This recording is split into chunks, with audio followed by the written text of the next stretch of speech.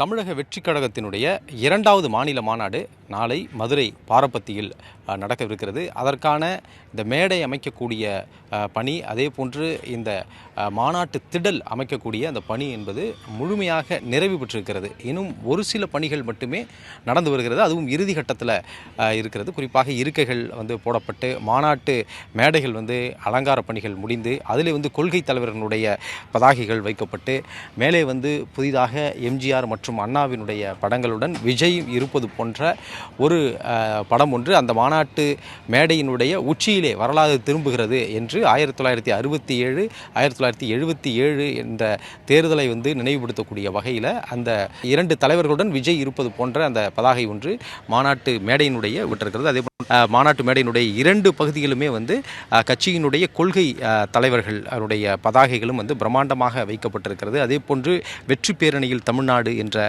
பதாகையும் அதிலே வைக்கப்பட்டிருக்கிறது.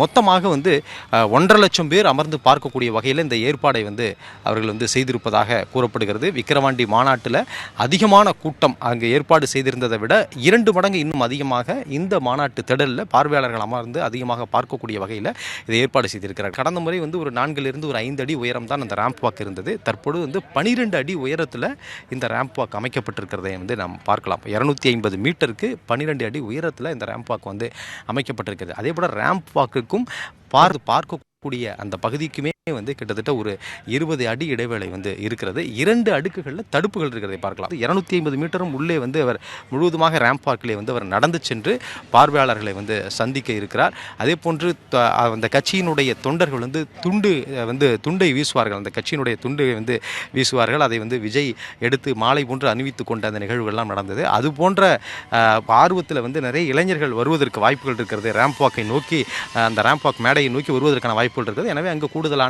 தனியார் பாதுகாவலர்களை ஈடுபடுத்தியிருக்கிறார்கள். அதே போன்று இருக்கைகளை பொறுத்தளவில் இந்த பெட்டியில் பார்த்தோம் என்றால் அங்கு தடுப்புகள் அமைக்கப்பட்ட ஒரு பெட்டிக்குள் 2000 இருக்கைகள் போடப்பட்டிருக்கிறது. இப்படி 1.5 லட்சம் இருக்கைகள் இந்த 2 பகுதிகளுமே இந்த ரேம்ப் வாக் அமைக்கப்பட்டிருக்கக்கூடிய 2 பகுதிகளிலுமே 1.5 லட்சம் இருக்கைகள் போடப்பட்டிருக்கிறது. ஒவ்வொரு பகுதியில் ஒவ்வொரு மாவட்ட வாரியாக அந்த மாவட்ட நிர்வாகிகள் அழைத்து வரக்கூடியவர்கள் எல்லாமே அந்தந்த பெட்டிகளுக்கென்று ஏற்கனவே அவர்களுக்கு ஒதுக்கப்பட்டிருக்கிறது. அதேபோல் கடந்த முறை தடுப்புகளை உடைத்து கொண்டு இளைஞர்கள் அதிகாலையிலேயே வராமல் இருப்பதற்கான கூடுதல் பாதுகாப்பு தற்பொழுது வரை 500 தனியார் பாதுகாவலர் இருக்கிறார்கள். இதை தவிர்த்து 3500 போலீசார் பாதுகாப்பு பணியில் ஈடுபட்டிருக்கிறார்கள். கடந்த முறை நடந்தது போன்ற அசம்பாவிதங்கள் நடக்காமல் இருப்பதற்கு காவல்துறை நடவடிக்கை எடுக்க வேண்டும் என்று கடந்த முறை நடந்த அந்த விஷயங்களை எல்லாம் சுட்டி வலியுறுத்தி இருப்பதாகவும் தாவேகா நிர்வாகிகள் தெரிவித்திருக்கு. விஜய் இந்த மாநாட்டு திடலுக்கு எப்படி வர இருக்கிறார், எத்தனை மணிக்கு வர இருக்கிறார் என்பதுதான் அனைவரும் எதிர்பார்க்கக்கூடிய ஒரு நிகழ்வாக இருக்கிறது. அவர் வருகை என்பதே ரகசியமாக வைக்கப்பட்டிருக்கிறது.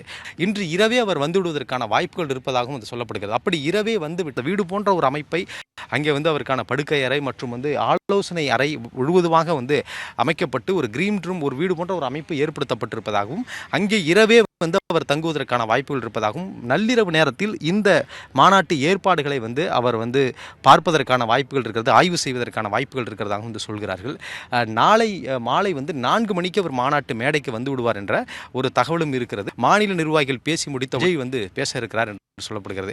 இது ஒரு பக்கம் இருக்க, அந்த மருத்துவ குழுக்கள் இங்கேயே அமைக்கப்பட்டிருக்கிறது பார்க்கலாம். மருத்துவ குழுக்களுக்கான முகாம்கள் இந்த அருகிலேயே 2 திசைகளிலுமே அமைக்கப்பட்டிருக்கிறது. அவ்வாறு 10 மருத்துவ குழுக்களினுடைய முகாம்கள் ஒரு பகுதியில் அமைக்கப்பட்டிருக்கிறது.